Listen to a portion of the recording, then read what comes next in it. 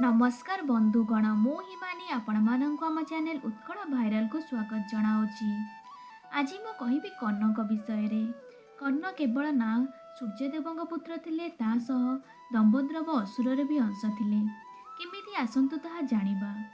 त्रेता जुगरे दम्भोद्रव नामक राक्षस थिला जे कि सूर्यदेव बड़ तपस्या करिथिला। सूर्यदेव तपस्या प्रसन्न होई प्रकट होइथिले एवं वर मागिबाकू कहिले। तो से अमरत्वर वरदान मागिथिला।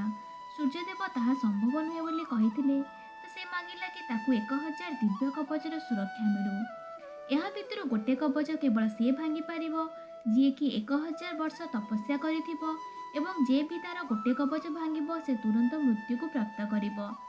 सूर्यदेव यह शुणी बड़ चिंतित हेले। से जानिथिले कि से असुर ए वरदान दुरुपयोग करिबो, किंतु ता तपस्या आगे निराश्रय थिले, तेणु ताको वरदान देइथिले।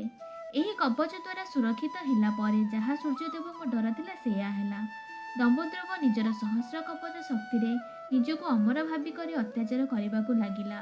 से सहस्र कवच नाम रे जणा हबाकू लागिला। ଏହା ମଧ୍ୟରେ ସତୀଙ୍କର ପିତା ଦକ୍ଷ ପ୍ରଜାପତି ନିଜ ଝିଅ ମୂର୍ତ୍ତିର ବିବାହ ବ୍ରହ୍ମାଙ୍କ ମାନସ ପୁତ୍ର ଧର୍ମ ସହ କଲେ। ମୂର୍ତ୍ତି ସହସ୍ର କବଚ ବିଷୟରେ ଶୁଣିଥିଲେ ଏବଂ ସେ ଭଗବାନ ବିଷ୍ଣୁଙ୍କୁ ପ୍ରାର୍ଥନା କଲେ କି ତାର ଶେଷ ପାଇଁ କି ସେ ଆସନ୍ତୁ। ବିଷ୍ଣୁ ତାଙ୍କୁ ଆଶ୍ୱାସନା ଦେଇଥିଲେ କି ସେ ଏମିତି ହିଁ କରିବେ। ସମୟକ୍ରମେ ମୂର୍ତ୍ତି ଦୁଇ ଜାଆଁଳା ପୁଅକୁ ଜନ୍ମ ଦେଲେ ଯାହାର ନାମ ନର ଏବଂ ନାରାୟଣ। ଦୁଇ ଜଣ ଦୁଇଟି ଶରୀର ଥିଲେ କିନ୍ତୁ ଗୋଟେ ଆତ୍ମା। विष्णु एकाशह दुईटी शरीर में नर नारायण रूप में अवतरण करथिले। दुई भाई बड़ हेले।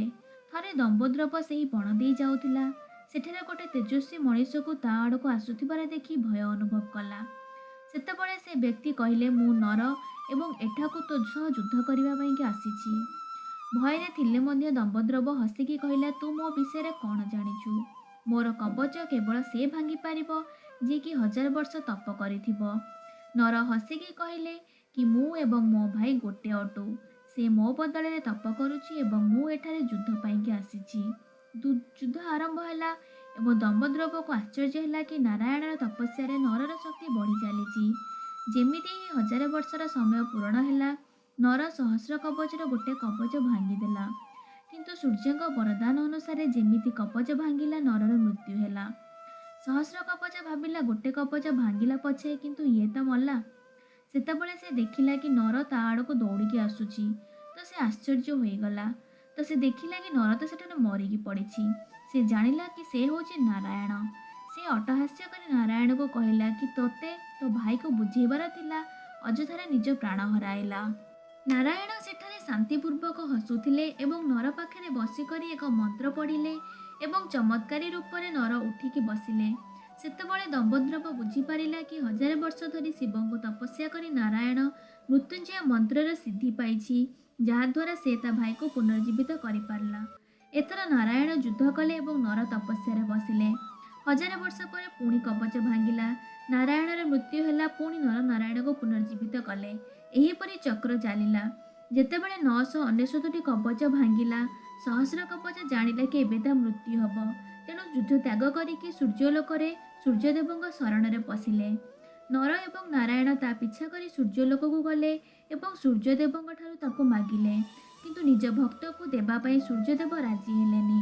सेतेबेले नारायण निज कमंडलर पानी आनी सूर्य को अभिशाप देले कि आपण एही असुरर कर्मफल बंचेबाकू चेष्टा कले तो आपण भी ता पापर भागीदार।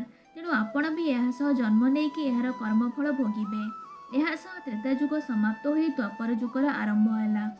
समयक्रमे कुंती निज बर सूर्य को मागिथिले एवं कर्णर जन्म होइथिला, किंतु यह जना नहीं कि कर्ण केवल सूर्य पुत्र नुहे, ता भितर सूर्य एवं दम्भोद्रव दुई जना थिले।